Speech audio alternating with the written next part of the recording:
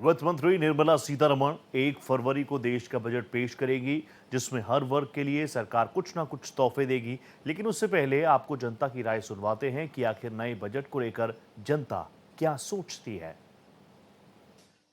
केंद्र सरकार के वित्त मंत्री निर्मला सीतारमण एक बार फिर से अपना बजट पेश करेंगी। इस बजट से लोगों को कितनी उम्मीदें हैं? हालांकि खास तौर पर इस बजट का असर अगर हम बात करें तो किचन पे कितना पड़ेगा, ये तो आने वाला वक्त बताएगा। बजट को लेकर क्या मन में चल रहा है? 1 तारीख को बजट पेश होगा, क्या उम्मीदें करती हैं इस बजट से? देखिए, हम लोग क्या है कि महिलाएं हैं, हम लोग बाहर भी देखते हैं और घर भी संभालते हैं। तो व्यापार के साथ साथ घर संभालने में एक हमारी अहम भूमिका होती है और काफ़ी बड़ी जिम्मेदारी आती है। तो बजट से उम्मीदें ये हैं कि जो घरेलू चीज़ें हैं जो हम इस्तेमाल करते हैं, चाहे वो दाल हो गई, सब्जियां हो गई। जैसे सब्जियों में होता क्या है, कभी बहुत तेजी से उछाल आ जाता है। टमाटर कभी 10 रुपए किलो है तो कभी 100 रुपए किलो पहुंच जाता है टमाटर। और ऐसी ही सारी सब्जियां हैं। इवन कभी कभी आलू भी महंगा हो जाता है। तो बारिश हुई नहीं, बारिश की 2 बूंदी पड़ी नहीं, मुझे नहीं पता, एकदम से चीजें हो जाती हैं। महंगाई का जो असर है वो लोगों पे जरूर है और जिस तरीके से लगातार महंगाई से लोग परेशान रहते हैं, बजट से लोगों को उम्मीद रहती है। कुछ और भी लोग यहाँ पर मौजूद हैं जो कि व्यापार से जुड़े हुए, संजय गुप्ता जी हैं, व्यापार मंडल से जुड़े हुए हैं। लगातार आप आवाज उठाते हैं, क्या इस बार मांग करेंगे इस बजट से? क्या कुछ उम्मीदें हैं खासतौर पर व्यापारियों? भारत एक्सप्रेस के माध्यम से उत्तर प्रदेश आदर्श व्यापार मंडल केंद्रीय वित्त मंत्री श्रीमती निर्मला सीतारमण जी से ये मांग करता है कि देश का व्यापारी वर्तमान में विदेशी ई कॉमर्स कंपनियों के कारण उनके बहुत परेशान है, उनसे प्रतिस्पर्धा नहीं कर पा रहा है। विदेशी ई कॉमर्स कंपनियां भारत के रिटेल सेक्टर पर कब्जा करने का प्रयास कर रही हैं। ऐसे में भारतीय व्यापारियों को प्रतिस्पर्धा के समान अवसर देने के लिए ई कॉमर्स पॉलिसी और रिटेल ट्रेड पॉलिसी की बहुत सख्त आवश्यकता है, जिसकी उत्तर प्रदेश आदर्श व्यापार मंडल सहित देश के तमाम संगठन अनेक वर्षों से मांग कर रहे हैं। तो वित्त मंत्री जी से इस बजट में हम लोग की ये उम्मीद है कि रिटेल ट्रेड पॉलिसी और ई कॉमर्स पॉलिसी की घोषणा की जाए। निश्चित तौर पर प्रधानमंत्री नरेंद्र मोदी के चुनाव क्षेत्र वाराणसी की जनता की भी राय जान लीजिए। 1 फरवरी 2026 को आम बजट पेश हो रहा है, जिसको लेकर के देश भर में उत्साह है। कुछ लोगों का क्या मांग है, क्या होना चाहिए, क्या सुधार होना चाहिए, इसको लेकर के आज हम वाराणसी में हैं। कुछ व्यापारी वर्ग के लोग हैं, शिक्षित समाज के लोग हैं, चिकित्सा के क्षेत्र से हैं।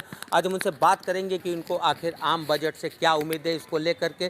पहले सीधे सीधे बात करते हैं कि आम बजट से आपको क्या उम्मीद है, क्या होना चाहिए? बजट से हमारी उम्मीदें हैं कि शिक्षा, स्वास्थ्य, बेरोजगारी, वृद्धा पेंशन जो हमारी 1,000 मिलती थी उसको बढ़ा के कम से कम 2,000 किया जाए।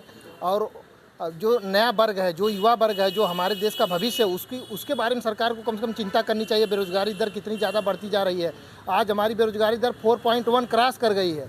कम से कम इस पे सरकार ध्यान दे, स्वास्थ्य पे ध्यान दे। क्या कहना चाहेंगे बजट को लेकर के? बजट के लिए कि वित्त मंत्री जो हमारे भारत सरकार के वित्त मंत्री जो अच्छा काम कर रही, पिछले साल भी अच्छा काम की, इस साल भी हम लोगों को उम्मीद है कि हम लोगों का अच्छा काम, बजट अच्छा लाएंगे। और बजट अच्छा लाएंगे। और ट्रांसपोर्ट वालों के लिए है कि ट्रांसपोर्ट का जो जीएसटी लगाए हैं, जो डीजल पेट्रोल में जीएसटी नहीं लगाए हैं, तो भारत सरकार डीजल पेट्रोल में भी जीएसटी लागू कर दे और शिक्षा पे लागू कर दे, शिक्षा पे, स्वास्थ्य पे। और जो नौजवान हमारे हैं, हमारी जनता जो नौजवान है, नौजवान को लेके आगे, अगर हमारे राष्ट्रीय अध्यक्ष भी नौजवान अभी नवनियुक्त हुए हैं, तो ऐसे नौजवान को ला रहे हैं पार्टी में, तो नौजवानों के लिए कुछ न कुछ उम्मीद करें। कैमरा पर्सन अभिनव वर्मा के संग विमलेंद्र राय, भारत एक्सप्रेस, वाराणसी। बजट से प्रयागराज के व्यापारियों को भी काफी उम्मीदें हैं, वो भी सुन लीजिए। बजट को लेके बाजार में किस तरीके की चर्चाएं हैं, सीधे समझेंगे व्यापारियों के साथ। प्रयागराज में मौजूद हैं हम, बहुत सारे व्यापारी आप देख सकते हैं हमारे साथ मौजूद हैं। चलिए उन्हीं से सीधे समझते हैं क्या उम्मीद कर रहे हैं इस बार के बजट से। जीएसटी, टैक्स, लोन, किसमें? सरकार से इस बजट में हमेशा ही उम्मीद रहती है कि सरकार पीछे जो कमियां हैं उनको दूर करें।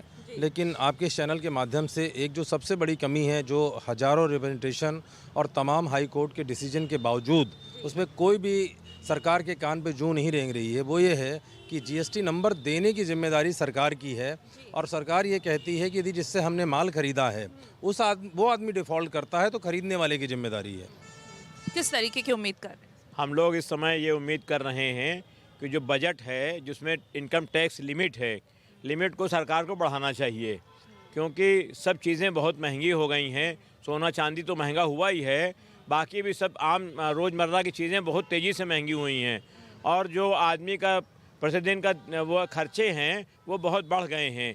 तो आदमी जब तक आय जो है आय ज़्यादा नहीं होगी, जब तक इनकम टैक्स में लिमिट नहीं बढ़ेगी तब तक आदमी को दिक्कत होगी। छोटे व्यापारी हैं जो अभी, या ये कह लीजिए जो भी नए व्यापारी हैं, तो उन सब के लिए बहुत सहूलियत की ज़रूरत है, क्योंकि आने वाला समय, आने वाला भविष्य हम अपने भारत को जो है एक उज्जवल और एक बड़े पायदान पे देखना चाहते हैं। तो उसके लिए हम जितने भी नए व्यापारी हैं, छोटे व्यापारी हैं, छोटे नए उद्यमी जो भी आप आ रहे हैं हम लोग के बीच में, उन सबको प्रोत्साहन करने के लिए और टैक्स में ज़्यादा से ज़्यादा रिलीफ उनको दी जाए और प्रक्रिया जो है बहुत ज़्यादा आसान की जाए, जिससे कि ज़्यादा से ज़्यादा उद्यमी उसमें जुड़ सकें नए।